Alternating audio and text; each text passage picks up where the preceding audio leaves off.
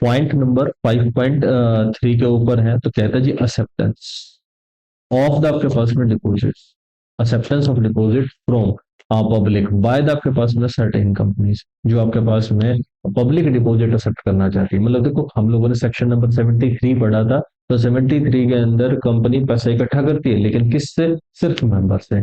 यहाँ आपके पास में पैसा किसके जरिए इकट्ठा किया जा रहा है? सिर्फ और सिर्फ आप लोगों के पास में पब्लिक से, बराबर है। अच्छा, एक खास बात नोट करना, देखो जी यहाँ आप लोगों के पास में एक वर्ड आया ए कंपनी। ए कंपनी मीन्स आपके पास में एनी कंपनी, चाहे वो आपके पास में पब्लिक हो चाहे वो प्राइवेट हो। यहाँ पर भी वर्ड लिखा है ए कंपनी। देखो ये सेक्शन भी किससे शुरू होती है? इसी नोटेशन के साथ में शुरू होती है। एक कंपनी में एक्सेप्ट आपके पास में deposit from the person other than its member, कहता है जी मेंबर्स के अलावा भी किसी पर्सन से पैसा रिसीव कर सकती है। तो मेंबर्स के अलावा भी किसी पर्सन से, तो दैट मीन्स की पब्लिक से, दैट मीन्स कि पब्लिक से ओनली। अगर ये क्या हो, ये एलिजिबल कंपनी, एलिजिबल कंपनी हो। तो एलिजिबल कंपनी कौन सी है? एक ऐसी कंपनी जो पब्लिक हो, जिसकी नेटवर्थ कितने से ज्यादा हो? 100 करोड़ और मोर हो, जिसकी टर्नओवर 500 करोड़ और मोर हो, 500 करोड़ और मोर हो। तो एक बात तो क्लियर हुई कि जो यहाँ पर ए कंपनी वर्ड लिखा है, तो एनी कंपनी का मतलब यहाँ सिर्फ पब्लिक कंपनी से है। तो कौन सी कंपनी पब्लिक डिपॉजिट एक्सेप्ट नहीं कर सकती? वो from the public, private company. तो नोट के तौर पर साइड में लिख लीजिएगा जगह बना करके। तो यहाँ मैं साइड में लिख देता हूँ, यहाँ आपके पास भी स्पेस होगा, note public private companies, private company does not accept any deposit from public. ये आपके पास में जो प्राइवेट कंपनियां हैं वो किससे डिपॉजिट एक्सेप्ट नहीं कर पाएंगी? पब्लिक से डिपॉजिट एक्सेप्ट नहीं कर पाएंगी। सिर्फ पब्लिक कंपनी ही ऐसी है जो किससे डिपॉजिट एक्सेप्ट कर सकती है? पब्लिक से डिपॉजिट एक्सेप्ट कर सकती है। चलें जी।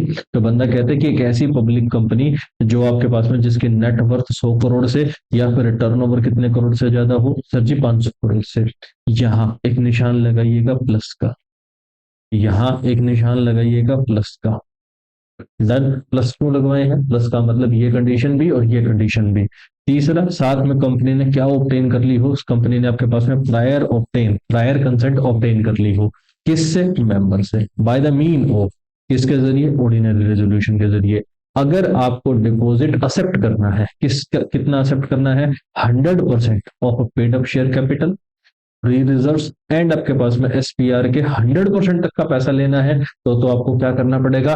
ओआर एक्सेप्ट करना पड़ेगा। ओआर फाइल, ओआर आपके पास में क्या करना पड़ेगा? पास करना पड़ेगा। अदरवाइज आपको किसकी जरूरत पड़ेगी? एसआर की। तो एसआर की रिक्वायरमेंट कब आएगी? जब आप लोगों को 100% से ज्यादा पैसा क्या करना हो? गैदर करना हो। जो भी रेजोल्यूशन आप लोग फाइल करोगे, चाहे ऑर्डिनरी रेजोल्यूशन फाइल करो, पास करो, चाहे आप लोगों के पास में स्पेशल रेजोल्यूशन, उसकी एक कॉपी किसके पास सबमिट कर दोगे? आरओसी के पास में, बिफोर मेकिंग द आपके पास में any invitation to the public for the acceptance of deposit.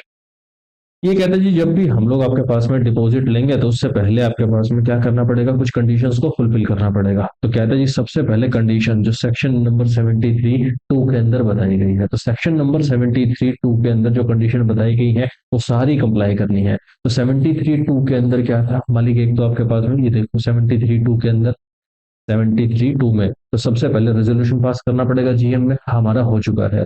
कहता जी आप लोगों को सेबी के बनाए रूल रेगुलेशंस को फॉलो करना पड़ेगा, हाँ कर देंगे।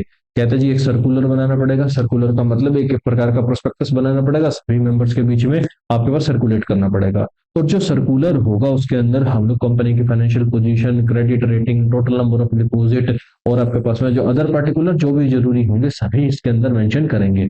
इसके बाद का फाइल करेंगे सर्कुलर को, पब्लिक को इनवाइट करने से, वो मेंबर को इनवाइट करने से 30 दिन पहले, तो वहां आपके पास में सर्कुलर फाइल हो जाएगा किसके पास में? आरओसी के पास में, पब्लिक को इनवाइट करने से 30 दिन पहले। डन है। अच्छा जी, इसके अलावा आपके पास में डीआरआर, जो आपके पास में डिबेंचर रिडम्पशन, जो डिपॉजिट रिडम्पशन रिजर्व बनाना था वो आपके पास में बनाना पड़ेगा 30 अप्रैल तक। लिमिट 20% है, वहां भी 20% रहेगी।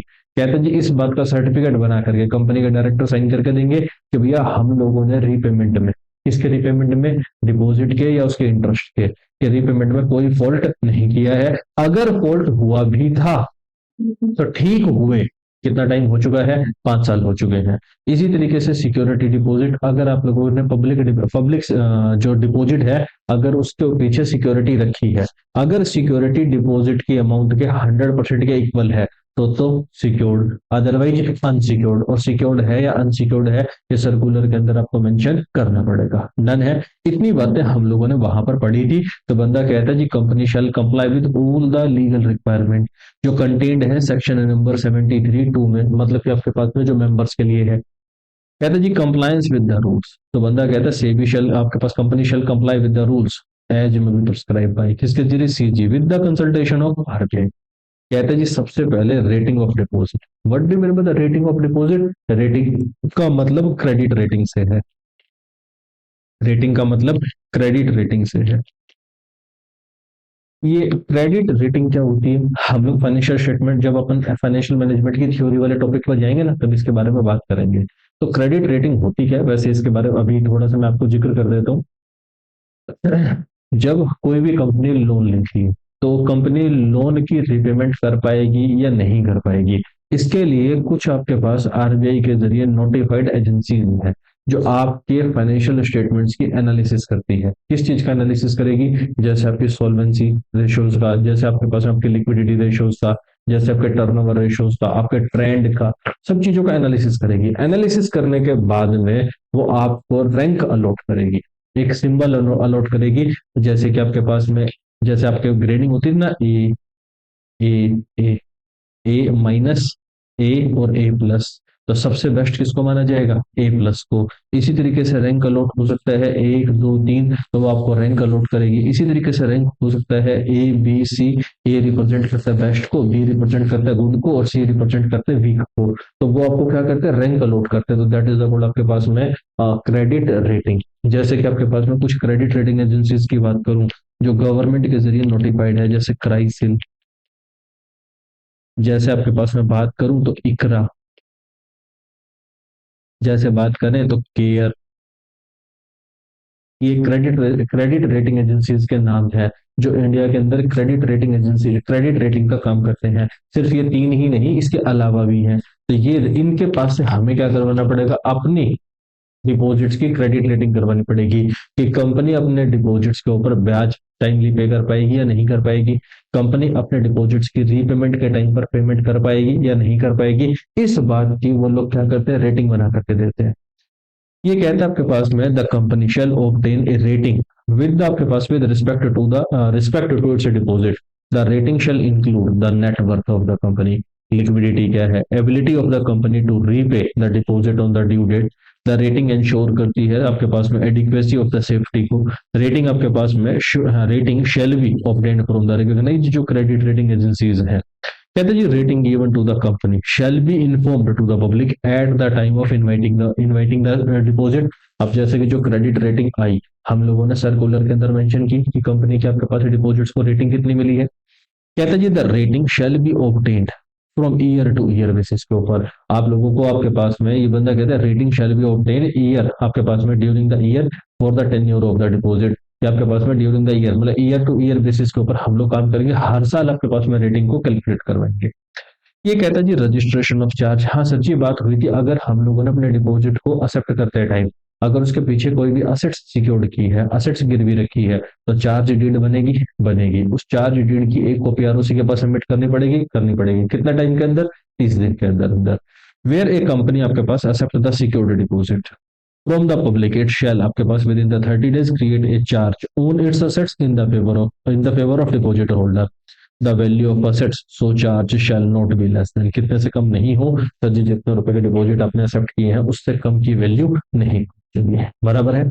अच्छा जी, खास बात क्या है इस पूरी सेक्शन के अंदर? पूरे सेक्शन के अंदर खास बात है, सबसे इंपॉर्टेंट प्रोविजन है ये कि कौन कंपनी आपके पास में पब्लिक डिपॉजिट एक्सेप्ट कर सकती है, कब एसआर पास करने की जरूरत है और कब आपके पास में ओआर पास करने की जरूरत है।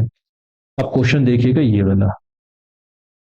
ये कहता है आपके पास में the ABC limited having a net worth कितने रुपए का? 80 करोड़ रुपीस का। टर्नओवर कितने की है, 30 करोड़ की है, want to accept the deposit from the public other than its member, मतलब आपके पास में पब्लिक से डिपॉजिट एक्सेप्ट करना चाहती है। कंपनी की नेटवर्थ कितनी, 80 करोड़ की। कंपनी की टर्नओवर कितने की, 30 करोड़ की। कंपनी की नेटवर्थ कितनी होनी चाहिए,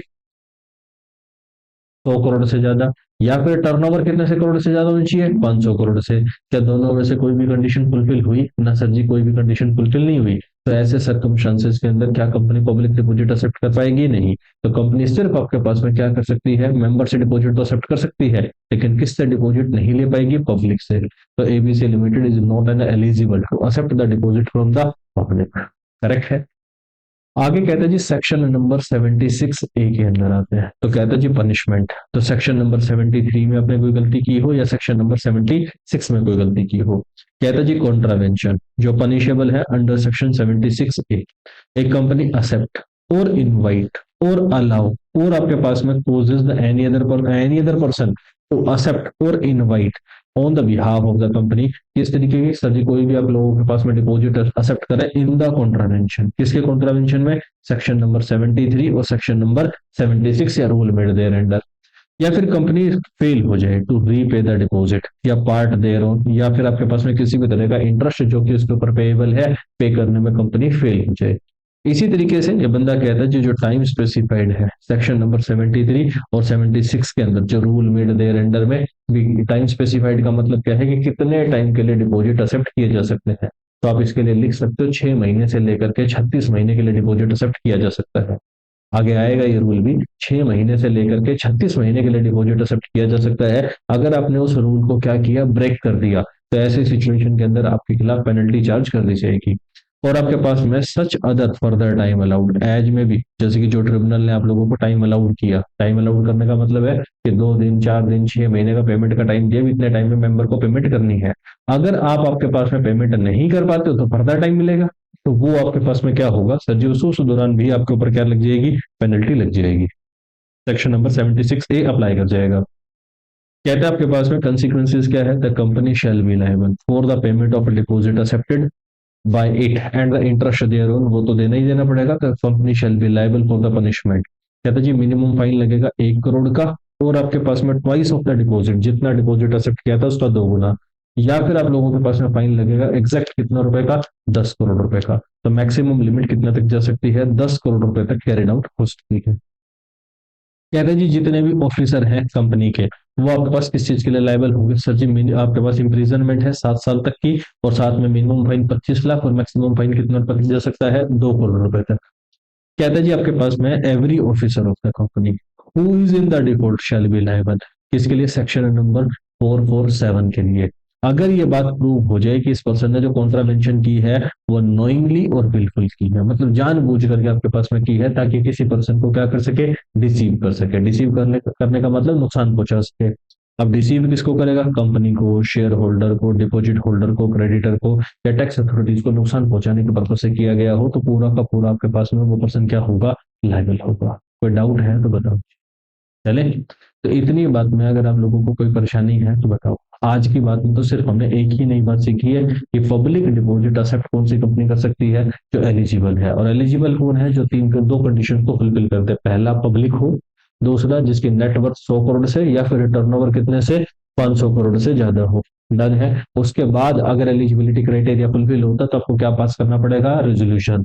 अगर 100% तक जाना है तो OR, 100% से ज्यादा जाना है तो SR। बस इतनी नई बात पता चली है। ये कहते हैं जी नेक्स्ट पॉइंट के ऊपर हम लोग मूव ऑन करें, एग्जाम्पशंस। तो एग्जाम्पशन का मतलब क्या है, हम लोगों ने सेक्शन नंबर 72 पढ़ा, 73 पढ़ा, जिसके अंदर की हम लोगों को वो सेक्शंस को फॉलो करने की जरूरत आती है। तो बंदा कहता है आपके पास में ये, मतलब कि ये रूल्स किसके ऊपर अप्लाई नहीं करेंगे, कुछ स्पेसिफाइड कंपनीज पर।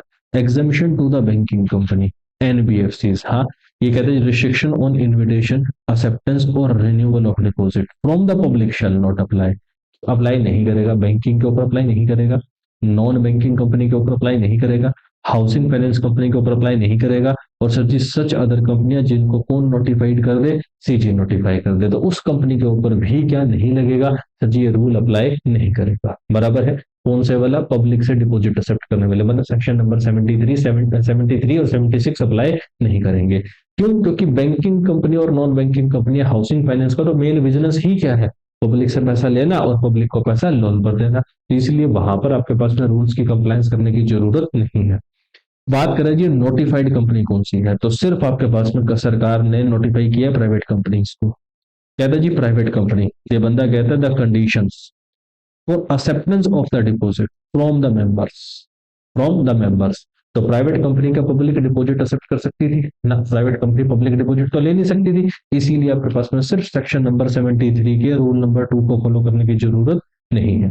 कहता है जी ये प्राइवेट कंपनी, कौन कौन सी प्राइवेट कंपनी? एक प्राइवेट कंपनी जिसने एक्सेप्ट किया है अपने मेंबर से deposit not exceeding 100% of paid up share capital, free reserve, and आप लोगों के पास में जो सिक्योरिटी प्रीमियम है वो। इसके अगर आप लोगों का डिपॉजिट 100% से कम है तो section number 73 sub section number 2 को कंप्लाई करने की जरूरत नहीं है। मतलब आपको रेजोल्यूशन पास करना, रेटिंग ऑब्टेन करना, इनविटेशन भेजना, आरओसी के पास में डॉक्यूमेंट सबमिट करना, ये सब रूल रेगुलेशंस को फॉलो करने की जरूरत नहीं आएगी।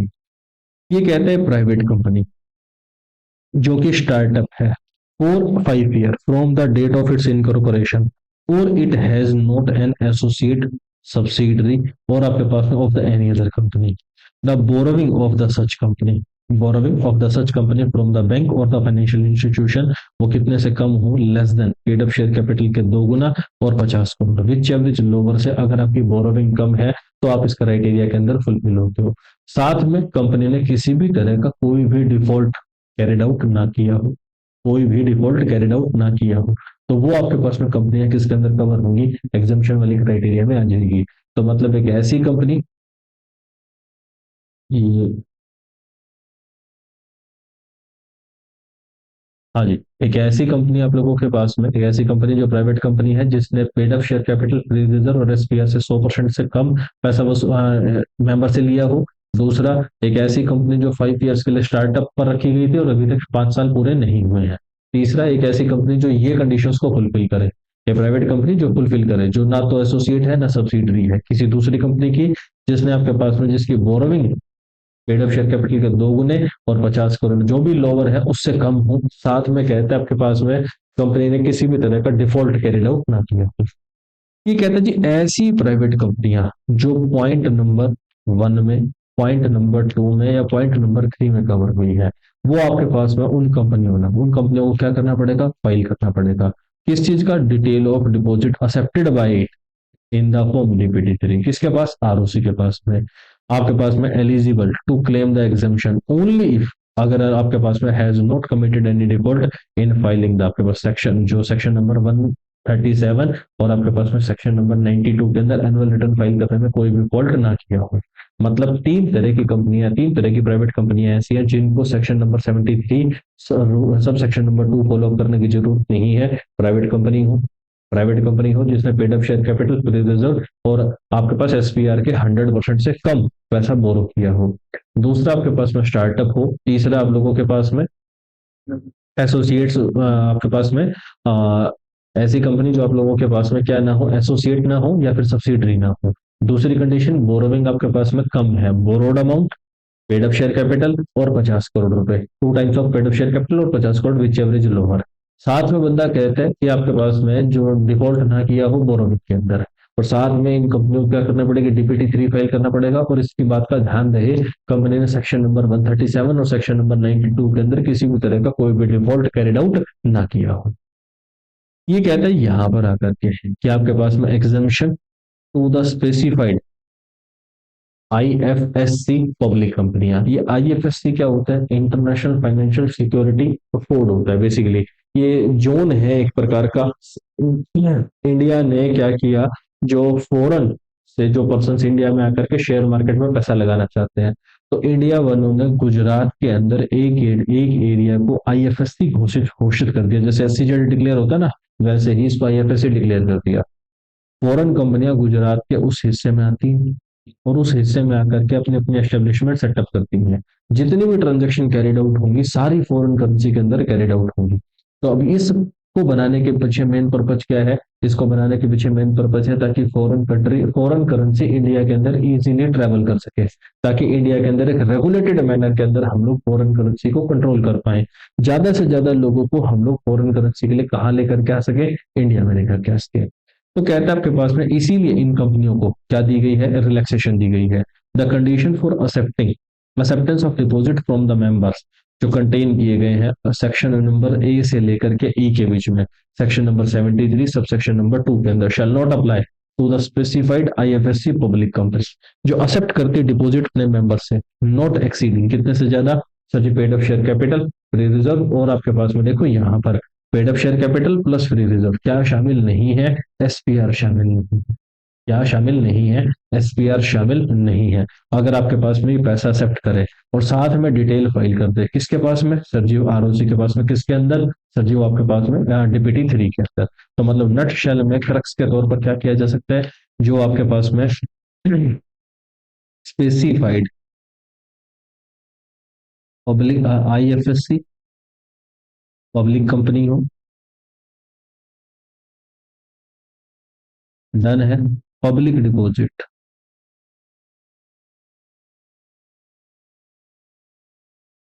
From member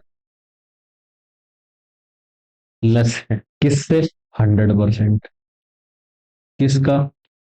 paid up share capital plus free reserve का। और तीसरा आप लोगों के पास में क्या है? कंपनी फाइल करेगी आरओसी के पास में, क्या फाइल करेगी? DPT 3 फाइल करेगी। करेक्ट है। चलो आगे। ये कहते हैं जी कंडीशंस, ये कहते हैं जी condition for the acceptance of deposit from its member contained in, किसके अंदर कंटेन है? सेक्शन नंबर 73 से लेकर के सेक्शन नंबर 72 ई के अंदर। कहता है जी वो आपके पास में कंडीशंस क्या है? आई थिंक सो हम लोग आपके पास में इन कंडीशंस के बारे में पहले भी एक बार बातचीत कर चुके हैं, मैं सिर्फ रिकॉल करवा देता हूँ। कहते हैं जी issuance of circular to the members जो आपके पास में, जिसके अंदर कंपनी की फाइनेंशियल पोजीशन, जिसके अंदर कंपनी की क्रेडिट रेटिंग, जिसमें total number of depositor and आपके पास में अमाउंट ड्यू टू हिम, सारी चीजें मेंशन की जाती है।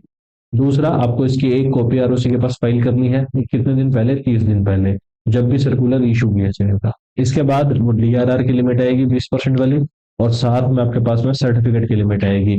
आई थिंक सो सिर्फ सेक्शन नंबर 73(2)(a) मैंने क्या किया है? रिपीट किया है, ताकि कंडीशन पढ़ने के लिए बार बार पीछे घूमना ना पड़े। अच्छा जी, अब आता है आपके पास में नेक्स्ट पॉइंट के ऊपर। तो सबसे आपके पास में इंपॉर्टेंट बातें हैं, दैट इज द प्रोविजंस, जो मैं इनकी रूल्स की बात करेंगे तो देखिएगा। कहता है जी सबसे पहले टेन्योर ऑफ द डिपॉजिट। अगर कोई भी कंपनी क्या करती है? डिपॉजिट एक्सेप्ट करती है, तो मैक्सिमम कितने टाइम के लिए और मिनिमम कितने टाइम के लिए डिपॉजिट एक्सेप्ट किया जा सकता है? तो कहते हैं जी company shall not accept or renew any deposit which is repayable on demand. मतलब जब चाहो तब आप पैसा वापस निकाल सको, ऐसा पॉसिबल नहीं है। कहता है जी रीपेएबल अपॉन रिसीविंग ए नोटिस, ये भी एक प्रकार का डिमांड ही होता है। तो मतलब ऑन डिमांड आपके पास में पेएबल नहीं हो सकता। मतलब आप डिमांड डिपॉजिट एक्सेप्ट नहीं कर सकते, सिर्फ क्या एक्सेप्ट करोगे? Time deposit. कहता है जी मैक्सिमम टेन्योर कितने का है? मैक्सिमम टेन्योर 36 महीने का है। मिनिमम टेन्योर कितने का है? मिनिमम टेन्योर आपके पास में 6 महीने का है। तो आई थिंक सो पीछे मैंने टेन्योर लिखवाया था आप लोगों को 6 महीने से लेकर के 36 महीने के बीच में। जब चैप्टर शुरू हुआ था तो मैंने ये कहा था 3 तरह की फाइनेंसिंग हो सकती है, शॉर्ट टर्म, मीडियम टर्म और लॉन्ग टर्म। तो पब्लिक डिपॉजिट हमेशा या तो शॉर्ट टर्म में कवर होगा या फिर किस में कवर होगा? मीडियम टर्म में, कभी भी किस में नहीं आएगा? लॉन्ग टर्म के अंदर। करेक्ट है।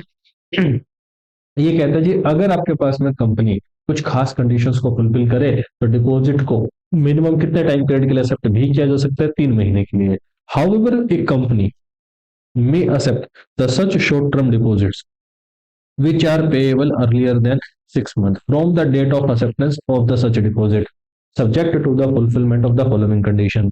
कहता है जी deposit are repayable not earlier than 3 month, मतलब मिनिमम कितने टाइम पीरियड का डिपॉजिट होगा ही होगा? 3 महीने का। कहता है जी such deposit are accepted for the purpose of meeting the any short term requirement, और साथ में जो डिपॉजिट आप लोगों ने एक्सेप्ट किए हैं वो आपके पास कितने से ज्यादा ना हो? 10%। किसका? Paid up share capital, free reserve और एसपीआर का। तो इसके अंदर आपके पास में 10% से ज्यादा डिपॉजिट नहीं होने चाहिए। इतने प्रोविजन के अंदर अगर आपका कोई डाउट है तो बोलिएगा। इस प्रोविजन को इंपॉर्टेंट मार्क कर लीजिएगा।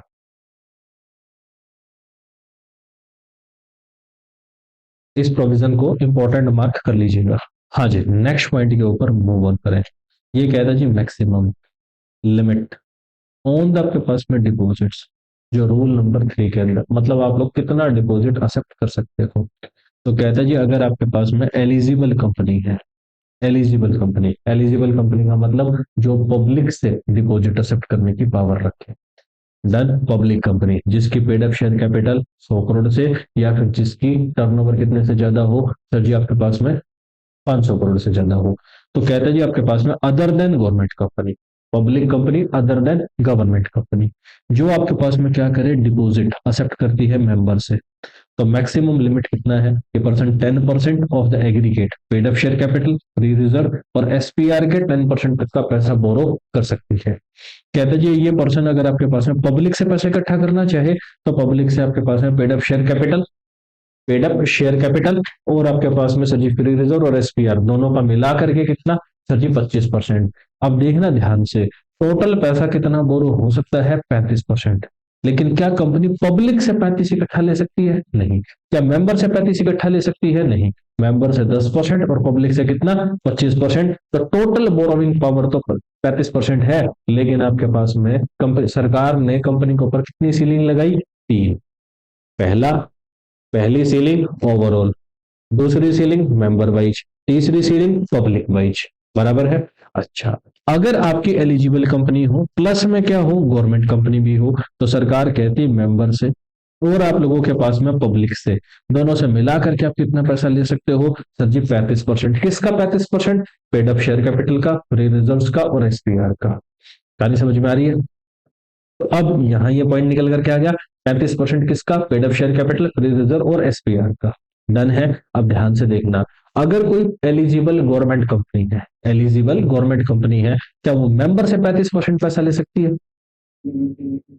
हाँ जी, हाँ ले सकती है, क्योंकि यहाँ कंडीशन एक है या तीन है, एक है। सिर्फ ओवरऑल कंडीशन है 35% की। उसने ये नहीं कहा कि मेंबर से आप 10% ले सकते हो, 25% ले सकते हो। उसने कहा जी मेंबर और पब्लिक दोनों के मिलाकर के कितने हो सकते हैं, 35। ऊपर में भी टोटल कंडीशन कितने की है, 35 की, लेकिन उसके अंदर मेंबर की सीलिंग अलग है और पब्लिक की सीलिंग अलग है।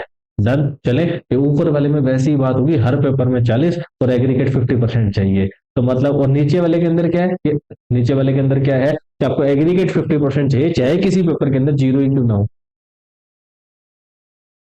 करेक्ट। चले। हाँ जी। मतलब आप लोग चाहो तो इसके ऊपर लिख सकते हो, जो ऊपर वाली कंडीशन है ना, ये सीए फाउंडेशन है, और ये जो नीचे वाली कंडीशन है ये सीपीटी है। सीपीटी के अंदर ऐसा ही होता था, 4 पेपर होते थे 50-50 नंबर के, जिसके अंदर आपका एग्रीगेट 100 होना चाहिए। अब मेरे जैसा चालाक आदमी क्या करेगा, काउंटर इकोनॉमिक्स की तैयारी करेगा, 100 नंबर की होगी, एक लॉ की कर लो, मैथ क्यों पढ़ना है, क्यों टेंशन लेनी, अपने को रैंक थोड़ी ना लानी, अपना पेपर पास होना चाहिए बस केवल। डन, 150 नंबर का पेपर अटेम्प्ट करो, और वो भी कितनी देर में, 4 घंटे में। 50 नंबर का क्यों पढ़ना पैर के चक्कर में, छोड़ दो, टाइम वैल्यू हटाओ साइड में, पंगे ही नहीं पालना। चाहे मैथ में 0 आए क्या फर्क पड़ता है, तो वैसे ही मेंबर हो चाहे पब्लिक हो, दोनों से मिला के 35 है। चाहे आपने मेंबर से ही 35 के 35 क्यों ना ले लियो, हमें कोई दिक्कत नहीं है। तो अब गवर्नमेंट कंपनी है तो मेंबर कौन होगा, गवर्नमेंट होगी, तो इसीलिए आपके पास में खतरा कम है, इसीलिए आपके पास में सीलिंग एक ही लगाई है। कहता जी कि ऐसी कंपनी जो आईएफएससी है, स्पेसिफाइड आईएफएससी पब्लिक कंपनी हो, या फिर आप लोगों के पास में कोई प्राइवेट कंपनी हो, जो आपके पास डिपॉजिट फ्रॉम इट्स मेंबर, जो मेंबर से पैसा एक्सेप्ट करती है, 100% of paid up share capital, free reserve, इनका अपना पैसा एक्सेप्ट कर सकती है। कहते जी अगर कोई ऐसी कंपनी है जो other than specified IFSC public company हो, या फिर आपके पास में सर जी प्राइवेट कंपनी के अलावा हो, तो सीधी सीधी सी बात बोलो ना, ऐसी पब्लिक कंपनी जो नॉट एलिजिबल है, ऐसी कंपनी जो नॉट एलिजिबल है, मतलब जिसकी paid up share capital 100 crore से और टर्नओवर कितने से कम हो, 500 करोड़ से कम हो, तो वो क्या इस क्लोज के अंदर फॉल कर गए, हाँ सर जी फ्लो फॉल कर गए। तो बंदा कहता है ऐसे सिचुएशन के अंदर तो बंदा बोलता है फ्रॉम इट्स मेंबर। तो मेंबर से आपके पास में कितना पैसा एक्सेप्ट कर सकती है, 35% of the aggregate paid up share capital, free reserve और आपके पास में एसपीआर।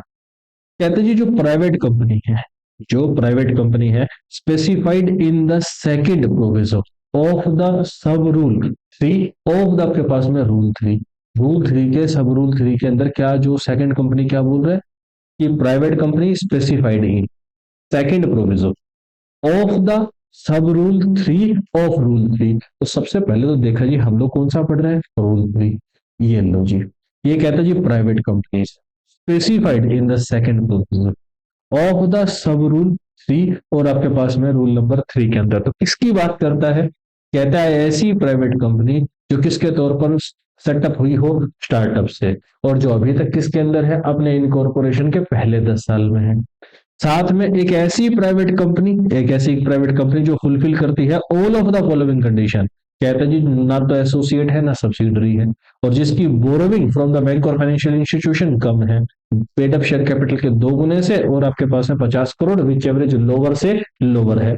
कहते हैं साथ में कंपनी ने किसी भी तरह का क्या ना किया हो, डिफॉल्ट ना किया हो in the repayment of borrowing, और आपके पास में in respect of borrowing subsisting eight the time of accepting the deposit. साथ में जो प्राइवेट लिमिटेड कंपनियां पॉइंट नंबर 1 और 2 में बताई गई है, इन लोगों ने अपनी डिटेल फाइल करती हो किसके पास में, आरओसी के पास में, किसके अंदर, डीपीटी 3 के अंदर।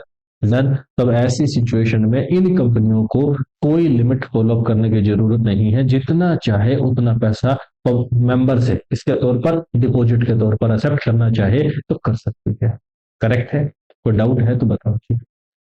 इसके बाद ये बंदा कहता है deposit in the joint name, क्या आपके पास में ज्वाइंट नेम से डिपॉजिट हो सकता है, हाँ हाँ, जब ज्वाइंट शेयर हो सकते हैं तो ज्वाइंट डिवेंचर हो सकते हैं, तो ज्वाइंट डिपॉजिट भी हो सकता है। ज्वाइंट डिपॉजिट का मतलब जब 2 या 2 से ज्यादा पर्सन ने मिल करके पैसा किसके पास जमा करवा दिया, कंपनी के पास में। तो कहता है where the depositor so desire the deposit may be accepted in the joint name but not exceeding, जो ज्वाइंट नेम होगा वो कितने से ज्यादा नहीं होगा, 3 मेंबर से ज्यादा नहीं होगा। विद और विदाउट द एंड आपके पास में फॉलोइंग क्लोजेस, कहते हैं जी ज्वाइंटली मतलब पैसा जब आपके पास में जमा होगा या रीपे होगा तो तीनों को या जितने भी ज्वाइंट ओनर होंगे सबको मिला करके दिया जाएगा। आइदर और सर्वाइवर, किसी को भी दे देंगे। अगर मान लो कि joint owners joint depositors expire हो गए तो जो सर्वाइव करेगा उसको पैसा मिल जाएगा। कहता है जी फर्स्ट नेम जिसका नाम पहले है उसको, या फिर आपके पास में जो बचा हुआ है उसको। कहता है जी एनीवन और सर्वाइवर, तो ये आपके पास में सेकंड और फोर्थ एक ही बात है। डन के क्लोज डालते हैं जब एफडी करवाते हैं ना, जब लोग जो जैसे ज्वाइंट अकाउंट खुलवाते हैं, 2 आदमी मिल करके एफडी करवाते हैं तो उसके ऊपर लिखा होता है आइदर और सर्वाइवर। मतलब आइदर और सर्वाइवर का मतलब दोनों में से कोई भी आ जाएगा उसको पैसे मिल जाएंगे, कल को एक एक्सपायर हो जाए तो जो बचेगा उसको पैसे मिल जाएंगे। ठीक है। ये कहता है जी no right of the company to alter the term, हाँ एक बार जिन टर्म एंड कंडीशंस के ऊपर क्या कर दिया गया है, जिन टर्म एंड कंडीशंस के ऊपर आप लोगों ने पब्लिक डिपॉजिट एक्सेप्ट कर लिया है, आप टर्म एंड कंडीशंस के अंदर चेंज नहीं कर सकते। खास तौर पर ऐसे चेंजेस जो चेंजेस आपके पास में नुकसानदायक हो, किसके लिए, डिपॉजिटर्स के लिए। तो कहता है जी company shall not reserve to itself a right to alter to prejudicially और आपके पास में disadvantages to the depositor in the any term and condition of the deposit. जो डिपॉजिट ट्रस्ट डीड है जो आपके पास में सर्कुलर के अंदर मेंशन की गई थी, मतलब एक बार जिन टर्म एंड कंडीशन पर लोन ले लिया या डिपॉजिट एक्सेप्ट कर लिया, टर्म एंड कंडीशन वही रहेंगी, बाकी चीजें चेंज नहीं होंगी। ये कहता है जी मैक्सिमम रेट ऑफ इंटरेस्ट कितना रहेगा और मैक्सिमम रेट ऑफ ब्रोकरेज कितना रहेगा। तो बंदा कहता है जी मैक्सिमम रेट ऑफ इंटरेस्ट जो पब्लिक से आपने डिपॉजिट एक्सेप्ट किया, मेंबर से जो डिपॉजिट एक्सेप्ट के बदले में ब्याज देना पड़ेगा। तो आरबीआई जो रेट ऑफ इंटरेस्ट किसके लिए नोटिफाई करती है, एनबीएफसी के लिए, तो वही रेट किसके ऊपर भी लगेगी, कंपनी के ऊपर भी लगेगी, डिपॉजिट के केस में लगेगी। अब जो एनबीएफसी होती है ना वो मार्केट में अपने एजेंट फैलाती है, जो एजेंट पब्लिक को कन्विंस करते हैं कि भैया आपको पैसा किसके पास जमा करवाना चाहिए, एनबीएफसी के पास में, बदले में एजेंट को कमीशन मिलेगा।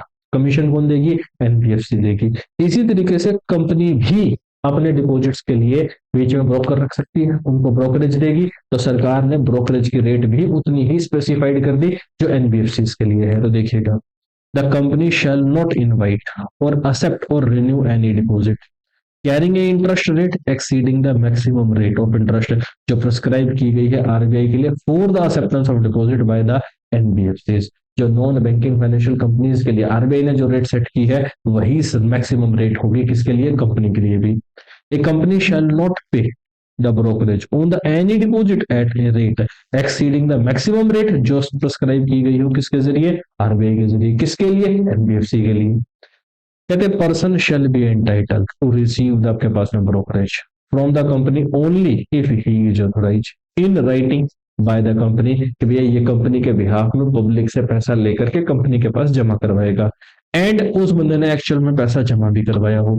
अब जैसे कि बात करें, सीधी सी बात है, जैसे सीए पाठशाला के कॉन्टेक्स्ट में बात करूं, सीए पाठशाला ने एक स्कीम रन की फॉर एग्जाम्पल, कि अगर आप लोग सीए पाठशाला के अंदर स्टूडेंट हैं और आपके रेफरेंस से कोई स्टूडेंट सीए पाठशाला के अंदर एडमिट होता है, अपना एडमिशन लेता है, तो ऐसे सर्कमस्टांसेस में पर एडमिशन आपकी फीस में से 1000 रुपीज कम कर दी जाएगी।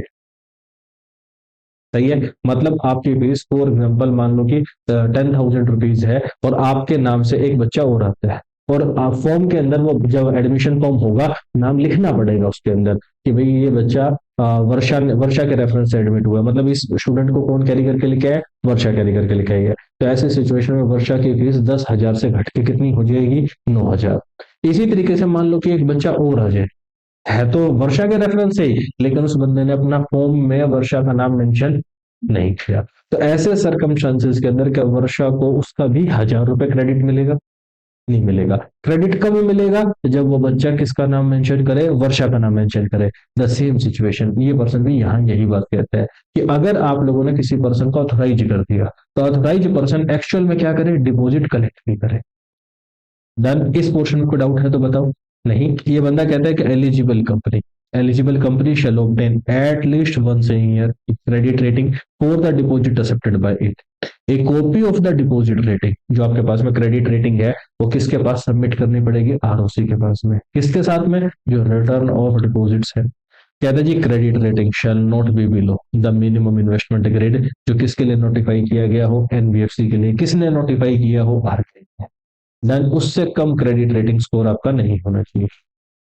अच्छा जी, ये बंदा कहता है कि फॉर्म ऑफ सर्कुलर, सर्कुलर हाँ हाँ, जब आप लोगों को पब्लिक से पैसा लेना हो या फिर मेंबर से पैसा लेना हो तो सर्कुलर बनाना पड़ेगा, जिसके अंदर कंपनी की फाइनेंशियल पोजीशन, जिसके अंदर कंपनी का क्रेडिट रेटिंग, जिसके अंदर कंपनी के नंबर ऑफ डिपॉजिटर, कितना पैसा ड्यू हो रखा है, और आपके पास में अदर डिटेल जो भी जरूरी हो प्रिस्क्राइब करनी पड़ेंगी। तो रूल नंबर 4 के अंदर यहाँ पर देखिएगा, कहता है जी every company intending to invite the deposit from its member shall issue a circular in the form of DPT1 to all its member by the registered post with acknowledgement due। और the speed post है या फिर electronic mean से है, वो person अपने member से पैसा इकट्ठा कर सकता है। सच आपके पास में the date of dispatch of the circular to the member shall be deemed, कि उसी डेट के ऊपर सर्कुलर सभी मेंबर्स को इशू कर दिया गया है, डिस्पैच वाली डेट पर। In addition to issue of the such circular all the member the circular में बी पब्लिश, किसके अंदर, दो न्यूज़पेपर में, एक इंग्लिश में और दूसरा किसके अंदर, वर्नाकुलर के अंदर। हम लोग क्या करेंगे, उसको शो करेंगे।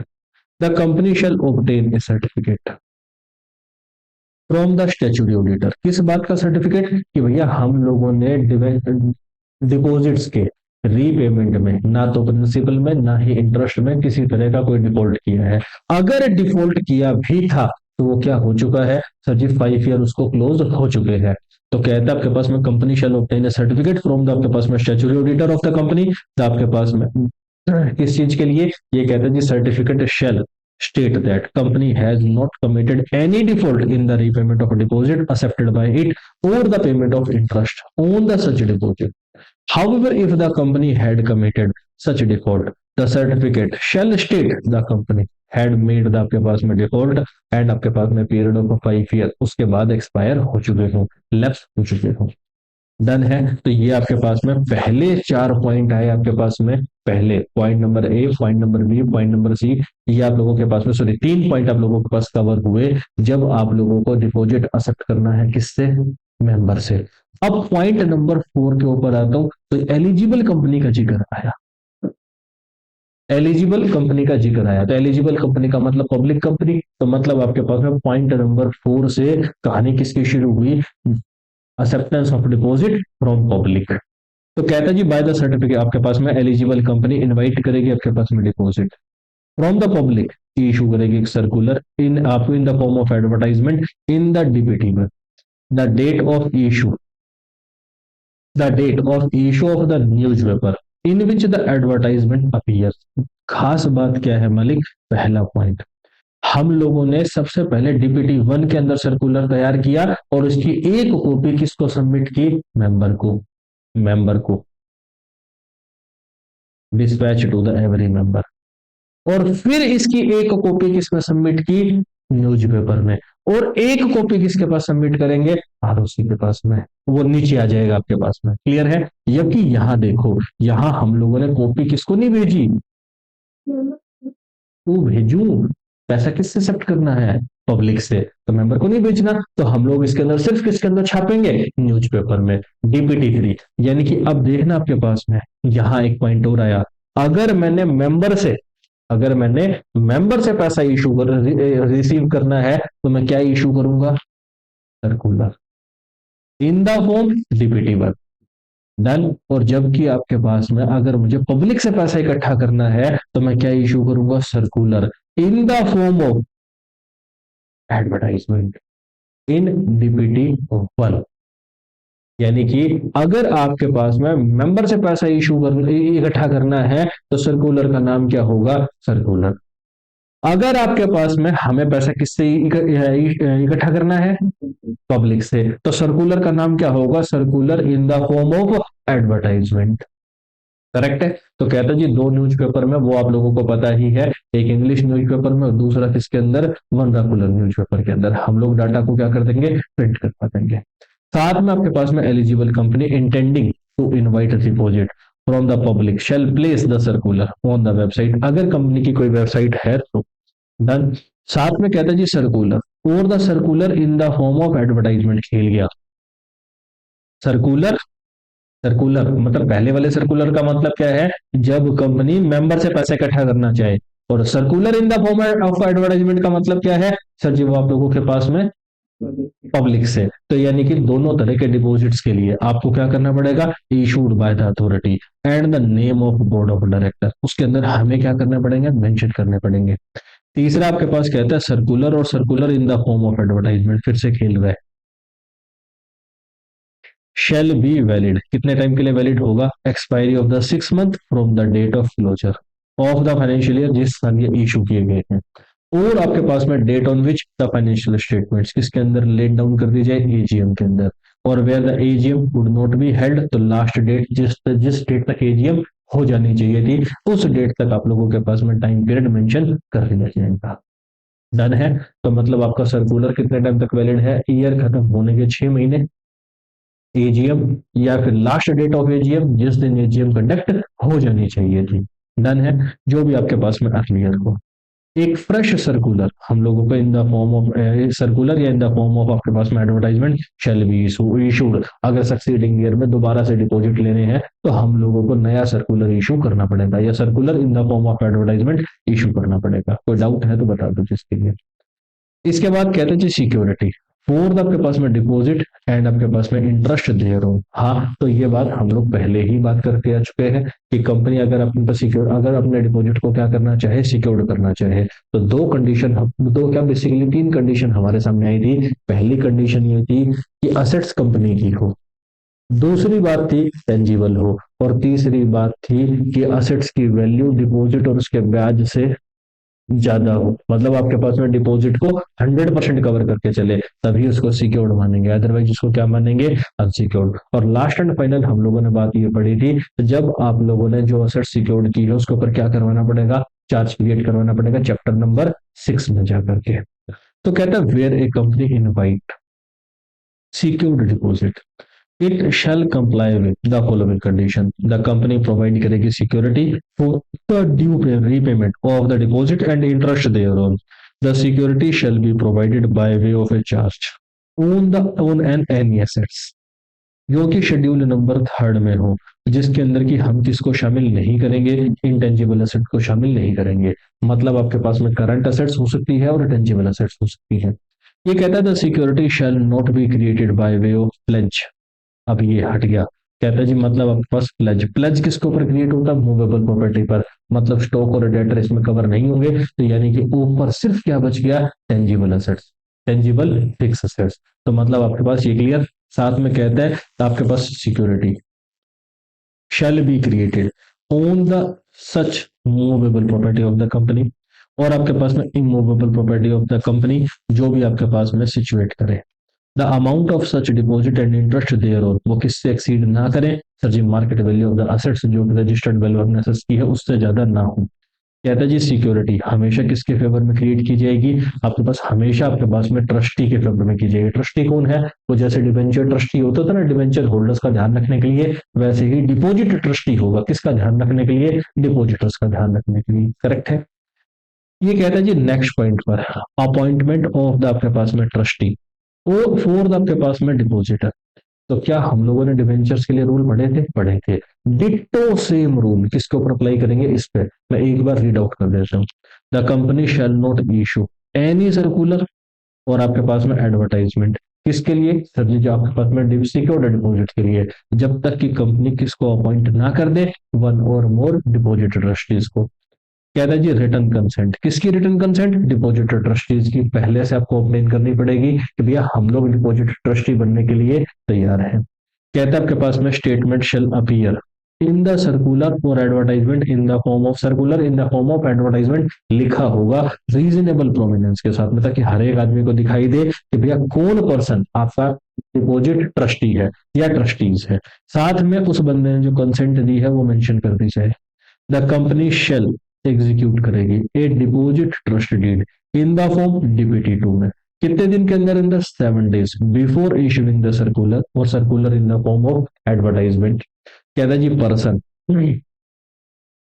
पर्सन इंक्लूडिंग आपके पास में द कंपनी दैट इज आपके पास में जिसका बिजनेस ही मतलब कहता है आपके पास company that is in the business of providing the trusteeship shall not be appointed. मतलब एक पर्सन आपके पास में अपॉइंट नहीं हो सकता ट्रस्टीज फॉर द डिपॉजिट। कब, अगर आपके पास में ट्रस्टी फॉर द डिपॉजिटर क्या हो, कंपनी में खुद एक डिपॉजिटर हो, तो भैया वो तो पहले ही कंपनी से डरा डरा फिरेगा, कभी कंपनी उसका पैसा ना मार ले। इसी तरीके से अगर कोई पर्सन कंपनी में डायरेक्टर हो, केएमपी हो, या फिर एनी अदर ऑफिसर हो, या फिर एम्प्लॉई हो, किसमें, कंपनी में, होल्डिंग में, सब्सिडरी में, एसोसिएट्स में, तो बोल सकते हैं अगर डायरेक्टर केएमपी या ऑफिसर हो कैश में, तो वो पर्सन क्या नहीं बन सकता, डिपॉजिट ट्रस्टी नहीं बन सकता। ये कहता है जी या फिर कोई पर्सन क्या हो, इंडेप्टेड हो, किसका, कैश का, कंपनी का, सब्सिडरी का, एसोसिएट्स का या होल्डिंग का, तो वो पर्सन भी आपके पास किसमें नहीं आएगा, डिपॉजिटर आपके पास में यहाँ पर एलिजिबल नहीं होगा। एनी आपके पास में मटेरियल पेक्यूनरी, पेक्यूनरी का मतलब फाइनेंशियल रिलेशनशिप हो किसी पर्सन की कंपनी के साथ में। कहते हैं जी अगर किसी पर्सन ने गारंटी दे रखी हो in respect of deposit accepted bye the company या उसके इंटरेस्ट के लिए, या फिर कोई भी आपके पास में related to the any above person, तो वो पर्सन भी क्या नहीं कर सकता, मतलब relative of the above person भी वो आपके पास में क्या नहीं कर पाएगा, मालिक आपके पास में डिबेंचर ट्रस्टी नहीं बन पाएगा। ये कहता है जी नो ट्रस्टी फोर्थ आपके पास डिपॉजिट शैल बी रिमूव्ड। अगर एक बार डिबेंचर ट्रस्टी अपॉइंट हो गया तो उसको हम लोग रिमूव नहीं कर सकते, नहीं कर सकते। कब तक, जब तक कि सारे डायरेक्टर इस बात के लिए कंसेंट प्रोवाइड ना करते, except with the consent of all the directors. जब तक कि सारे डायरेक्टर्स को हटाने के बारे में क्या ना कर दे, कंसेंट प्रोवाइड ना कर दे, तब तक हम लोग उसको क्या नहीं कर सकते, आपके पास में रिमूव नहीं कर सकते। बराबर है। ये कहता है further in case of company required, ये बंदा कहता है आपके पास में company required independent director, at least one independent director उस मीटिंग के अंदर क्या होना चाहिए, प्रेजेंट चाहिए। कहता है जी ड्यूटीज डिट्टो सेम है, कोई फर्क नहीं है। ये बंदा कहता है इंश्योर करेगा जो असेट्स कंपनी ने रखी है, किसके लिए सर जी, डिपॉजिट्स के लिए, वो आपके पास में प्रिंसिपल और इंटरेस्ट को पूरा कवर करके चलती है। कहता है जी charge of the assets is covered आपके पास में किस चीज को, रीपेमेंट ऑफ प्रिंसिपल एंड आपके पास में जो इंटरेस्ट आउटस्टैंडिंग है उसको कवर करके चले। सेटिस्फाई करेगा अपने आप को कि सर्कुलर या एडवर्टाइजमेंट आपके पास does not contain any information जो इनकंसिस्टेंट हो किसके साथ में, in the term of deposit, और आपके पास में जो ट्रस्ट डीड है या फिर आपके पास में जो अदर रूल रेगुलेशन है उसके लिए। मतलब वो बंदा अपने आप को चेक कर ये अपने लिए इंश्योर करेगा कि सभी रूल्स को क्या किया गया, प्रॉपर तरीके से कंप्लाई किया गया है। इंश्योर करेगा कि कंपनी ने किसी भी तरह का कोई भी डिफॉल्ट कमिट नहीं किया है, किसके रिगार्डिंग, ट्रस्ट डीड के रिगार्डिंग। कहता है साथ में रीजनेबल स्टेप्स टेक ऑन करेगा to procure a remedy of the any breach of the आपके पास है provision of the trust deed, या फिर आपके पास में टर्म ऑफ इशू अगर कंपनी ने कोई ब्रिच किया है तो उसके लिए जो डैमेजेस क्लेम करने हैं उसको क्लेम करने के लिए सारे रीजनेबल स्टेप ये बंदा पिकअप करेगा। एक्सेप्ट तो आपके पास में कॉल ऑफ द मीटिंग किनकी, जो होल्डर ऑफ डिपोजिटर है, मतलब डिपॉजिट है, यानी कि सीधी सी बात है, डिपॉजिटर्स की मीटिंग बुलाने का राइट किसके पास है, इस पर्सन के पास है। ये बंदा सुपरवाइज करेगा द इम्प्लीमेंटेशन ऑफ कंडीशंस को, जो कि आपके पास में सिक्योरिटी ऑफ डिपॉजिट से रिलेटेड है। साथ में डू आपके पास to do the such act, जो भी इसको लगता है कि नेसेसरी है। अगर आपके पास में सिक्योरिटी को एनफोर्सेबल बनाने की जरूरत है, इसको लगता है कि कंपनी कंपनी लिक्विडेट होने वाली है, तो सबसे पहले उस सिक्योरिटी को अपने कब्जे में ले लेता है कि भाई इस सिक्योरिटी के ऊपर डिपॉजिट होल्डर्स का हक, हाँ डिपॉजिटर्स का हक है। तो इस सिक्योरिटी को कोई भी दूसरा पर्सन सेल नहीं करेगा, लिक्विडेटर के कंट्रोल में नहीं जाएगी, वो किसके कंट्रोल में आएगी, डिपॉजिट ट्रस्टी के कंट्रोल में आएगी।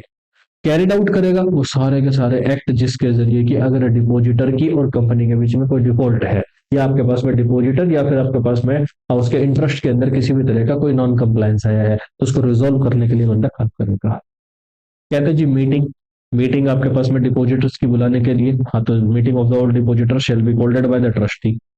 कब, जब आपके पास में कब, जब requisition signed by at least 10% depositor क्या कहे, ट्रस्टी को कहे मीटिंग बुला ले, या फिर ऐसी कोई इवेंट हैपन हो जाए जो इस बात को मतलब कि मैंडेटरी कर दे कि भाई आप लोगों को क्या करनी पड़ेगी, मीटिंग बुलानी पड़ेगी। कहते हैं जी एप्लीकेशन और आपके पास में डिपॉजिट्स, क्या आपके पास में जब शेयर इशू होता है तो शेयर के लिए एप्लीकेशन आती है, प्रोस्पेक्टस इशू होता है। क्या आपके पास जब कंपनी डिबेंचर इशू करती है तो उसके लिए भी प्रोस्पेक्टस इशू करती है, हाँ करती है। तो लोग डिपॉजिट डिबेंचर या शेयर्स के लिए प्रोस्पेक्टस में से फॉर्म फिल करते हैं, कंपनी के पास जमा करवाते हैं, हाँ। जब कंपनी ने सर्कुलर इशू किया, या फिर आपके पास में circular in the form of advertisement issue किया, तो उसके साथ में एप्लीकेशन फॉर्म भी इशू किया। जिस भी पर्सन को कंपनी में पैसा जमा करवाना है, एप्लीकेशन फॉर्म फिल करे और किसके पास जमा करवाए, कंपनी में।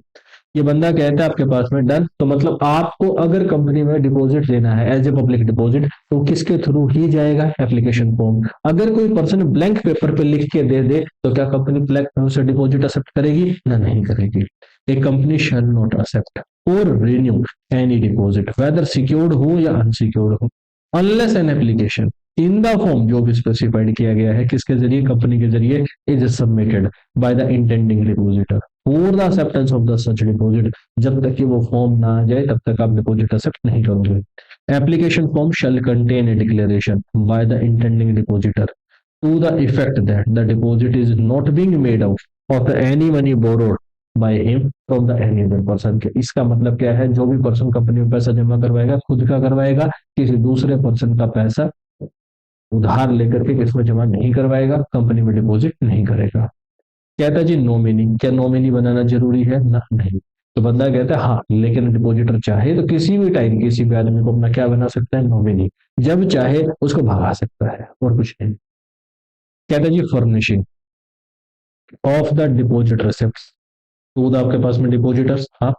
डिपॉजिट रिसिप्ट का मतलब क्या है, जैसे शेयर खरीदे तो शेयर सर्टिफिकेट मिला, जब डिवेंचर्स परचेज किया तो डिवेंचर सर्टिफिकेट मिला, तो वैसे ही जब कंपनी को डिपॉजिट दिया तो क्या कंपनी आपको डिपॉजिट का सर्टिफिकेट बना करके देगी, उसको क्या बोलते हैं, डिपॉजिट रिसिप्ट। तो कहते हैं every company shall on the acceptance for renewal of the आपके पास डिपॉजिट, फर्निश करेगी डिपॉजिटर को receipt of the amount receive, कितना पैसा आप लोगों से रिसीव हुआ है। रिसिप्ट कितने टाइम में इशू हो जाएगी, 21 दिन में, जिस दिन आप लोगों के पास में पैसा रियलाइज हुआ है, किससे, किसको, कंपनी के लिए। The deposit receipt shall be signed by the officer of the company, जो भी ड्यूली ऑथराइज है। तो कहते हैं जी डिपॉजिट के ऊपर जो डिपॉजिट रिसिप्ट होगी उसके ऊपर क्या क्या डॉक्यूमेंट, क्या क्या चीजें शामिल होगी, date of deposit, name and address of the depositor, साथ में कितना पैसा रिसीव हुआ है कंपनी के जरिए, रेट ऑफ इंटरेस्ट, और किस किस डेट के ऊपर रीपेमेंट होगी। रीपेमेंट में दो चीजें होती है, इंटरेस्ट कब पे किया जाएगा और आपके पास प्रिंसिपल कब पे किया जाएगा। कहते हैं जी रजिस्टर ऑफ डिपॉजिटर, अरे भाई जब डिबेंचर होल्डर का रजिस्टर है, जब आप लोगों के पास में किसका, शेयर होल्डर का रजिस्टर है, तो क्या डिपॉजिटर्स का रजिस्टर नहीं होगा, होगा कौन से फॉर्म में, MGT2, MGT1 में तो शेयर होल्डर रहते हैं, MGT1 में तो मेंबर आते हैं, और एनी अदर सिक्योरिटी होल्डर किस में आएगा, MGT2 में आएगा। तो क्या डिपॉजिट होल्डर भी एनी अदर सिक्योरिटी होल्डर हो गया, हो गया।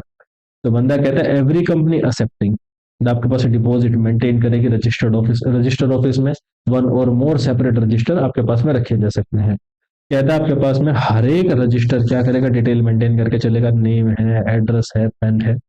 कोई गार्जियन है, अगर in case of minor nominee हो, आपके पास में डिपॉजिट रिसिप्ट नंबर हो, इसी तरीके से आपके पास में date and amount of the each deposit है, ड्यूरेशन कितनी है डिपॉजिट की, साथ में आपके पास में डेट, किस डेट के ऊपर रीपेमेंट है, इंटरेस्ट रेट क्या है और कब कब पेएबल है, साथ में due date for the payment of the आपके पास इंटरेस्ट क्या है, मैंडेट एंड इंस्ट्रक्शंस। अगर आपके पास में डिपॉजिटर ने किसी तरह की कोई खास डायरेक्शन दे रखी हो कंपनी को, तो वो आपके पास इसमें मेंशन की जाएगी। अब ये डायरेक्शन किससे रिलेटेड हो सकती है, जैसे आपके पास टीडीएस से रिलेटेड, मान लो कि एक ऐसा पर्सन है जिसकी उम्र 80 साल है, बंदे ने 50 लाख रुपए कंपनी के पास में जमा करवा दिए, कंपनी कहते जी हम डिपॉजिट के ऊपर 8% का ब्याज देंगे, तो 50 लाख का 8% कितना हुआ, 4 लाख रुपए। डन। अब उस बंदे का टोटल ब्याज कितना बनता है, 4 लाख रुपए। करेक्ट है। अब इनकम टैक्स के अंदर सेक्शन आपके पास इनकम टैक्स एक्ट 1961 के अंदर सेक्शन नंबर 194 आई, 194 आई एक क्लोज लेकर के आती है, वो कहती है कि अगर किसी पर्सन को कंपनी से ब्याज रिसीव हो 10,000 और मोर, उस सिचुएशन में इसके ऊपर टीडीएस अप्लाई करेगा एट द रेट ऑफ 10%। मतलब इस बंदे की इनकम के ऊपर कितना कटेगा, 40,000, और इसको कितने रुपए मिलेंगे, 3,60,000 रुपए मिलेंगे। डन। आपके बिहाफ पर 40,000 रुपए डिडक्ट करके मैंने किसके पास जमा करवा दिया है, तो गवर्नमेंट के पास में जमा करवा दिया है। अब ध्यान से देखना,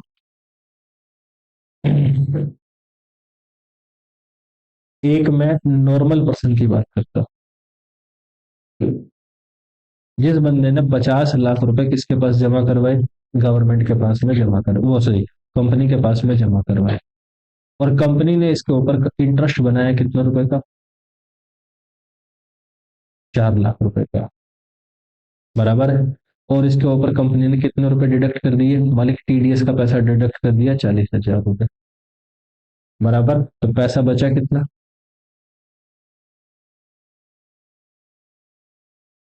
डन। वो आपके पास कितने रुपए का, 3,60,000 रुपए का। अब कंपनी क्या करेगी भैया, ये है गवर्नमेंट, इस गवर्नमेंट के पास में कितने रुपए जमा करवा देगी, 40,000।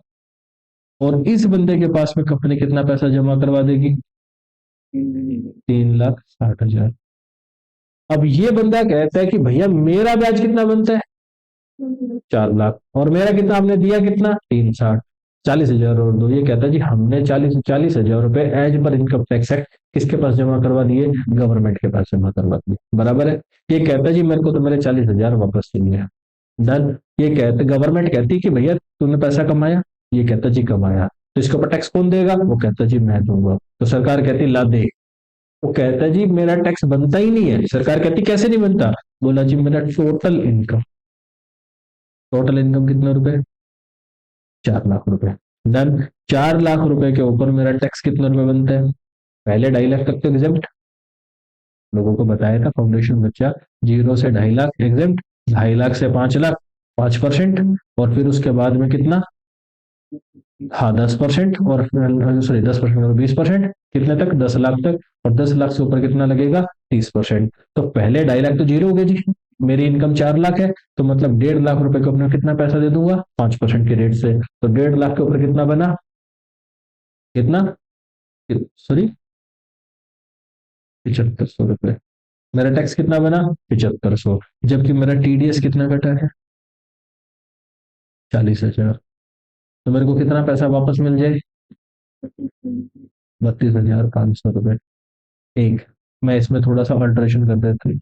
सरकार कहती है कि अगर किसी पर्सन की इनकम 5 लाख रुपए से कम है, 5 लाख रुपए से कम है, तो हम लोग उसको टैक्स में एक रिबेट देंगे, रिबेट होगी टैक्स और 12,500, विच एवरेज लोअर। अब इसके लिए कितने रुपए की रिबेट आई, 7,500 रुपए की, तो इसका टैक्स कितना बना, निल।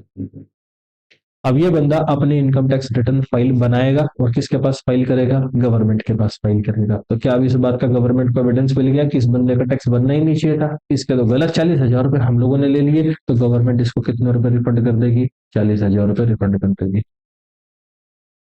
बराबर है। अब इस सारी प्रोसेस में हुआ क्या, ये ब्याज मिलना चाहिए था 31/3/2024 को, रिटर्न फाइल की, सारी प्रोसेस करने के बाद में 30/11/2024 को ये 40,000 वापस आए। ये कहता भैया इस सारी प्रोसेस के अंदर सारी खराब मट्टी किसकी हुई? मेरी। 8 महीने तक पैसे का इस्तेमाल किसने किया? गवर्नमेंट ने। पैसा किसका? मेरा। मजे किसने लिए? गवर्नमेंट ने। इस 40,000 को री इन्वेस्ट करके अगर ब्याज कमाता तो कम से कम 8 महीने का ब्याज आता। अब ये ब्याज कौन खा गया? ये चाहता है ऐसा इंतजाम हो जाए कि मेरा टीडीएस ना कटे, मतलब सांप भी मर जाए और लाठी भी नष्ट होती।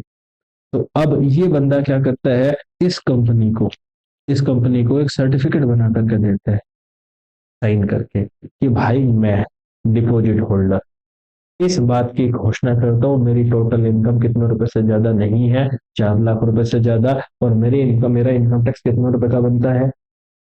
7500 का, जिसके ऊपर रिबेट मिलेगी कितने रुपए की? 7500 की। मेरी इनकम के ऊपर किसी भी तरह का टैक्स पेएबल नहीं बनता है, तो प्लीज मेरे डिपॉजिट के ब्याज पर टीडीएस से डिडक्ट ना किया जाए, और 4 के 4 लाख रुपए किसको दिए जाए? मुझे दिए जाए। बराबर। तब ऐसी सिचुएशन में इस बंदे ने रिस्ट्रिक्शन आपके पास में कंडीशन दे दी, तो ऐसी चीजों को ही हम लोग क्या बोलते हैं? आपके पास में इंस्ट्रक्शंस बोलते हैं। और आपके पास में रीपेमेंट ऑफ इंटरेस्ट हो, या फिर आपके पास में टीडीएस से रिलेटेड कोई बात हो, तो बता देता है बंदा, तो आपके पास में तो वो मैंडेट आप लोगों को फॉलो करना होता है। ये कहता है डेट। और आपके पास में डेट्स, किस किस डेट के ऊपर ब्याज जाएगा वो भी आपके पास में सर्टिफिकेट के अंदर मेंशन होगा। इसी तरीके से आपके पास में जो पर्टिकुलर्स है of the security, charge created कैसे किया, वो भी सारी चीजें, और अदर रिलेवेंट पर्टिकुलर अगर कोई है जैसे नॉमिनी का नाम एक्सेट्रा, तो वो भी आप किसके ऊपर मेंशन कर सकते हो? सच डिपॉजिट रिसिप्ट के ऊपर जो रजिस्टर है उसके अंदर मेंशन कर दोगे। डन है। अच्छा, जब हम लोगों ने शेयर इशू किए, डिबेंचर इशू किए, तो रिटर्न ऑफ अलॉटमेंट बनाया। रिटर्न ऑफ अलॉटमेंट क्या था कि कब पैसा आया, कब हम लोगों ने किस किस पर्सन को शेयर दिए, इसकी पूरी डिटेल बना करके किसके पास सबमिट करते थे? आरओसी के पास में, जिसको हम लोग रिटर्न ऑफ अलॉटमेंट बोलते थे। तो वैसे ही रिटर्न ऑफ डिपॉजिट भी जानी चाहिए। तो ये लो जी, रिटर्न ऑफ डिपॉजिट। तो ये बंदा कहता है एवरी कंपनी शेल ऑन और before the 30th June of every year file करेगी डीपीटी 3 को along with the prescribe fees. Return contain करेगी किस बात की डिटेल? डिटेल कंटेन करेगी। जैसे कि ध्यान से सुनना, मेरा ईयर है 2022-23, तो मेरी डिटेल कब तक जाएगी? 30/6/2023 तक। किस बात की डिटेल जाएगी कि भैया 21-22 में, मतलब बोले तो 1/4/22 से लेकर के 31/3/2023 के बीच में मैंने कौन कौन से कांड किए हैं, मतलब कितने डिपॉजिट एक्सेप्ट किए हैं, कितने डिपॉजिट की रीपेमेंट की है, कोई डिफॉल्ट शिफॉल्ट है तो उसकी भी डिटेल ये बंदा यहाँ पर मेंशन करेगा। तो कहता है जी return shall contain the information as on 31 March of that year. आपके पास जो इन्फॉर्मेशन है, the return shall be duly audited by, किसके जरिए? Auditor of the company. And आपके पास में डिक्लेरेशन, किस बात की डिक्लेरेशन सबमिट करेगा auditor? In the form of DPT 3 की भैया ये करेक्ट है। कहता है इन केस कंपनी, आपके पास is a company other than government company, such return shall contain the detail of all the deposit accepted by the company, the particular in respect of the deposit of any money or loan by the company which are not considered as deposit। वो detail भी इसके अंदर mention करनी पड़ेगी और submit करनी पड़ेगी। अब मैं एक छोटी सी बात याद दिला दूं, मैंने आपको एक क्लोज कटवाया था इसी चैप्टर के अंदर, जिसमें ये लिखा था 31/3/2019, 1 अप्रैल 2014 से लेकर के 31/3/2019 तक अगर आपने कोई ऐसे ऐसे पैसे एक्सेप्ट किए हैं जिनको क्या ट्रीट ना किया जाए? डिपॉजिट ट्रीट ना किया जाए। दिखाऊं? मालिक, इतनी जल्दी मत बोला करो, परसों ही तो किया था। गायब हो जाते हैं, गलत बात है जी, कोई गलत बात नहीं है, समझा करो, इतनी बात याद नहीं रहती, दिमाग है, ट्रक नहीं है। हाँ, ये वाला पॉइंट कटवाया था, हाँ कटवाया था। तो मैंने यहाँ ये बात कही थी कि अब ये रूल अप्लाई नहीं करेगा, किसके लिए? 1 अप्रैल 14 से लेकर के 31 मार्च 2019 तक। लेकिन क्या ये रूल फर्दर अप्लाई करेगा? हाँ करेगा। मतलब अब आप लोगों को 21-22 के लिए क्या ये रूल फॉलो करना पड़ेगा? हाँ, 30 जून तक। क्या आप लोगों को 22-23 के लिए रूल फॉलो करना पड़ेगा? हाँ, सिर्फ 22-23 का, 23 तक। मतलब ये जो रूल था यहाँ जो मैंने कटवाया, ये सिर्फ आपके पास में किसके लिए था? क्योंकि बेसिकली जो रूल अप्लाई हुआ था वो अपन ने एक अमेंडमेंट की थी ना चार्ज वाले चैप्टर में, 2 नवंबर 2018 आई चार्ज रजिस्टर करने वाली में। वो पहले 30 था, फिर 300 दिन था, फिर सरकार ने उसको घटा करके 30 और 60 कर दिया था। तो वहां वही आपके पास में अमेंडमेंट आई थी इसके अंदर भी, कि भैया आप लोगों को क्या करने की जरूरत है, आप लोगों को डिपॉजिट की भी रिटर्न फाइल करने की जरूरत है। डन है। तो ये बंदा कहता है जी अब सरकार ने कही जी जो 1 अप्रैल से लेकर के 31 मार्च तक का तो यहाँ एक बार में फाइल कर दो, उसके बाद हर साल की रिटर्न हर साल फाइल कर दो। इन सालों की एक साथ फाइल क्यों नहीं हुई? क्योंकि सरकार ने डिसाइड ही कब किया रिटर्न फाइल करवानी है? 2 नवंबर 2018 को। जब 2 नवंबर 2018 को डिसाइड हुआ तो भैया मैं 2015-16 की कैसे फाइल कर दूं? 2015 की कैसे फाइल कर दूं? 15 जून को, 30 जून 15 तक। फिर आपके पास में 15-16 की कैसे फाइल कर दूं? करनी नहीं थी तो मैंने नहीं की। गवर्नमेंट ने कहा नहीं, कहा तो हमने नहीं किया, नहीं किया तो कैसे देता? करेक्ट है? कोई डाउट है तो बोलो जी। चले, ये देखिएगा मालिक यहाँ आकर के ये पर्सन कहता है यहाँ, अब देखना ये देखो ये पर्सन यहाँ क्या बोलता है, कहता है आप लोगों को रिटर्न सबमिट करनी है। मतलब आपके पास में कंपनी जो आपके पास में गवर्नमेंट कंपनी के अलावा है, तो भैया जितने deposit during the period accept किए हैं वो भी, और जितना पैसा आप लोगों ने एक्सेप्ट किया जिसको क्या ट्रीट नहीं किया गया है डिपॉजिट, वो भी दोनों रिटर्न सबमिट करनी है। लेकिन अगर आप गवर्नमेंट कंपनी हो, in case of government company, सिर्फ आप लोगों को डिटेल सबमिट करनी है, all the deposit accepted bye the company, जितने डिपॉजिट एक्सेप्ट किए हैं सिर्फ उसकी डिटेल सबमिट करने की जरूरत है, बाकी डिटेल सबमिट करने की जरूरत नहीं है। डन। तो मतलब आप लोगों को deposit return of deposit submit करनी है, हाँ हर साल करनी। जिस भी साल आप नए डिपॉजिट एक्सेप्ट करोगे रिटर्न तो जाएगी जाएगी, क्यों? क्योंकि जो पैसा डिपॉजिट के तौर पर नहीं आया तो रिटर्न उसके लिए जाएगी। करेक्ट। कहता है जी disclosure in financial statement, yes आप लोगों को डिस्क्लोजर देना पड़ेगा। कहता है जी every company other than a private company disclose करेगी नोट्स ऑफ अकाउंट। कौन सा डिस्क्लोजर? सर जी अमाउंट रिसीव्ड किससे? डायरेक्टर से। Other than a private company, हाँ हाँ हाँ ये आया था। इसमें आया था सर जी जब हम लोगों ने डायरेक्टर वाला पॉइंट किया था। कौन सा डायरेक्टर वाला? जो नोट नोट आपके पास में ट्रीटेड एज डिपॉजिट ट्रीट किया था, तो उसके अंदर अगर आपके पास में डायरेक्टर पैसा जमा करवाया, डायरेक्टर का रिलेटिव, हाँ सर जी आया था याद। उसमें ऐसे लिखा था पब्लिक कंपनी है तो सिर्फ डायरेक्टर डायरेक्टर, और प्राइवेट कंपनी है तो डायरेक्टर प्लस रिलेटिव दोनों को ले लेंगे। डन है। तो क्या उसकी वहां पर कंडीशन में आया था फाइनेंशियल स्टेटमेंट के अंदर आपको डिस्क्लोजर देना पड़ेगा, बोर्ड रिपोर्ट के अंदर आपको डिस्क्लोजर देना पड़ेगा? वही तो रिपीट कर रहे हैं। ये कहता है आप लोगों को फाइनेंशियल स्टेटमेंट के अंदर देना पड़ेगा by the way of note. और प्राइवेट कंपनी के केस में आप लोगों को डिटेल देनी पड़ेगी money received from the director और आपके पास में रिलेटिव ऑफ डायरेक्टर। डन है। ये क्या डन? अब ये बंदा देखिए तो वही कहानी दोबारा से ले आया जो हम काट के आए थे। Every company other than government company file करेगी one time return. One time return वो भैया जो जो पैसा आप लोगों के पास पैसा मनी और आपके पास लोन के तौर पर एक्सेप्ट हुआ है, लेकिन जिसको क्या कंसीडर नहीं किया गया, डिपॉजिट, 1 अप्रैल 2014 से लेकर के 31 मार्च 2019 तक के लिए सिंगल रिटर्न, कितने साल की? 5 साल की सिंगल रिटर्न फाइल करेगा DPT 3 के अंदर। आया रूल? तो क्या अब इसकी जरूरत है? नहीं। इसने कितने दिन का टाइम दिया? 90 दिन का। तो 90 दिन वही 30 जून पे जाके पड़ेंगे, 29 जून जाके पड़ेगी। तो भाई बात यहाँ भी आ गई, हटाओ इसको, नीचे वाले प्रोविजन की जरूरत नहीं है। और वैसे भी इस पूरे प्रोविजन पे क्या लिख दो? रिपीट। नई बात आई क्या? नहीं। ये कहता है जी पैनल इंटरेस्ट। पैनल इंटरेस्ट क्या होता है? पैनल इंटरेस्ट का मतलब है कि अगर आपका डिपॉजिट मैच्योर हो गया और आपने उसकी रीपेमेंट करने में क्या कर दी? डिफॉल्ट कर दिया। पेमेंट करने की 31 मार्च 23 को, पेमेंट की 30 जून 23 को, 3 महीने लेट हो गया तो 3 महीने का ब्याज लगेगा 18% की रेट से। ये कहता है if any deposit get matured and claimed by the depositor but the company failed to repay the such deposit, the company shall pay a penal interest at the rate of 18% for the overdue period। कहता है जी punishment for the contravention, हाँ अगर company या फिर any other person क्या कर दे, contravention कर दे, तो ऐसी सिचुएशन में कंपनी और उसके एम्प्लॉय क्या होंगे, लाइबल होंगे, पनिशेबल होंगे। फाइन लगेगा कितने रुपए तक का, 5,000 तक का। फर्दर आपके पास में फाइन लगेगा 500 रुपए एवरी डे, जब तक कि डिफॉल्ट कंटिन्यू रहेगा। डन है, चले। तो मालिक इतने पोर्शन में अगर आप लोगों का किसी भी तरह का कोई भी डाउट है तो बिल्कुल बोल दीजिएगा, ये रूल से रिलेटेड। चलो, ये देखा मालिक, छोटा सा पॉइंट ही और बचा है बस फिर। कहता है जी, repayment of deposit etcetera accepted before the commencement of companies act 2013।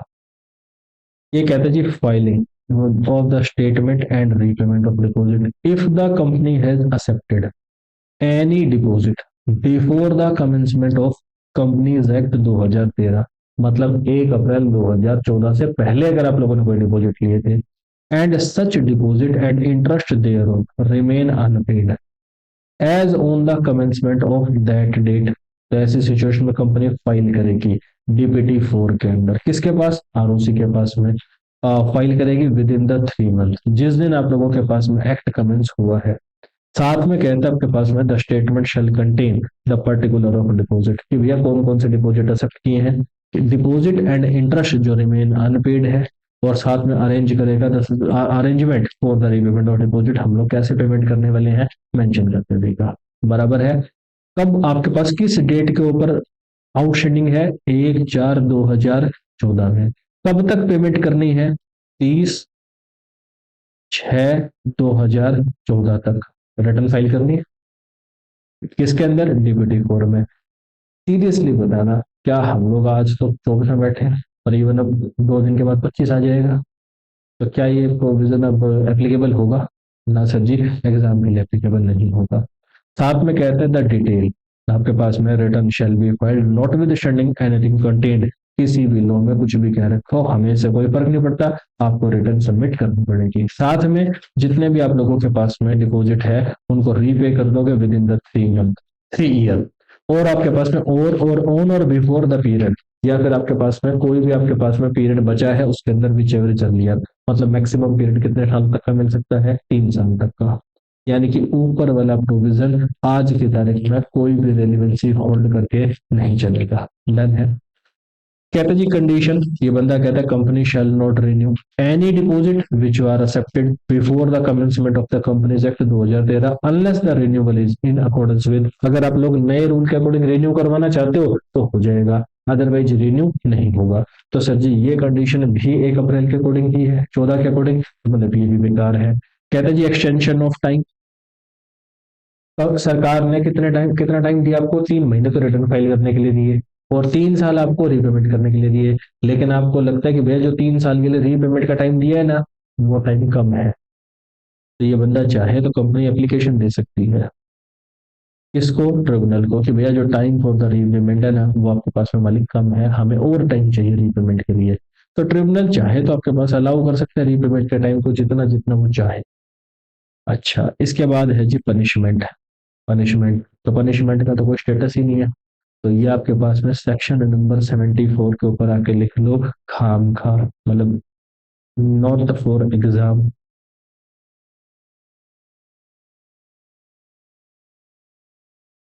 मतलब बेगानी शादी में अब्दुल्ला दीवाना, कोई लेना देना नहीं है इसका। क्यों? क्योंकि ये सेक्शन आज की तारीख में एप्लीकेबल है क्या? नहीं है। आज की तारीख में इस सेक्शन की कोई भी रेलिवेंसी बची हो? ना, नहीं बची। सेक्शन नंबर 75, 75 के अंदर क्या है, कहता है जी डैमेज, डैमेज और आपके पास में फ्रॉड। ये कहता है if the company fails to repay the deposit और पार्ट देयर ऑन, या फिर interest thereon under the section 74 within the time जो स्पेसिफाई किया गया है, या जो एक्सटेंडेड टाइम पीरियड है, किसके अंदर सर जी, सेक्शन नंबर 74। हो ये तो ऊपर वाली सेक्शन की बात करता है। डन। तो बंदा कहता है आपके पास में इट इज प्रूव्ड दैट कि deposit has been accepted with an intent to defraud the depositor, और किसी फ्रॉडुलेंट पर्पज से, तो ऐसी सिचुएशन के अंदर every officer of the company जो रिस्पॉन्सिबल है वो पर्सन लाइबल होगा। और सर जी आपके पास हटाओ, जब सेक्शन नंबर 74, जब मम्मी की एंट्री नहीं है तो बच्चे की एंट्री होगी ना, नहीं होगी, तो फ्रॉड वाले के ऊपर भी लिख दो नॉट फॉर एग्जाम, हटाओ, इसका भी कोई लेना देना नहीं। सही। अब यानी कि कुल मिलाकर के मेरे को तो ये बात समझ आई, इसके ऊपर मैं काटा मार दूं, एग्जाम के लिए नहीं पढ़ना मेरे को, इसके ऊपर भी काटा मार दूं, एग्जाम के लिए नहीं पढ़ना मेरे को, इससे पहले वाले तो सारे पढ़ने हैं, सिर्फ एक ही जगह छोटा सा कट आया है आप लोगों का। डर को डाउट है तो बोलो इससे रिलेटेड।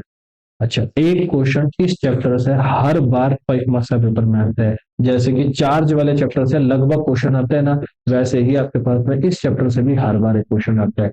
मतलब एग्जाम के अंदर ये चैप्टर सबसे इंपॉर्टेंट है। ये देखिएगा,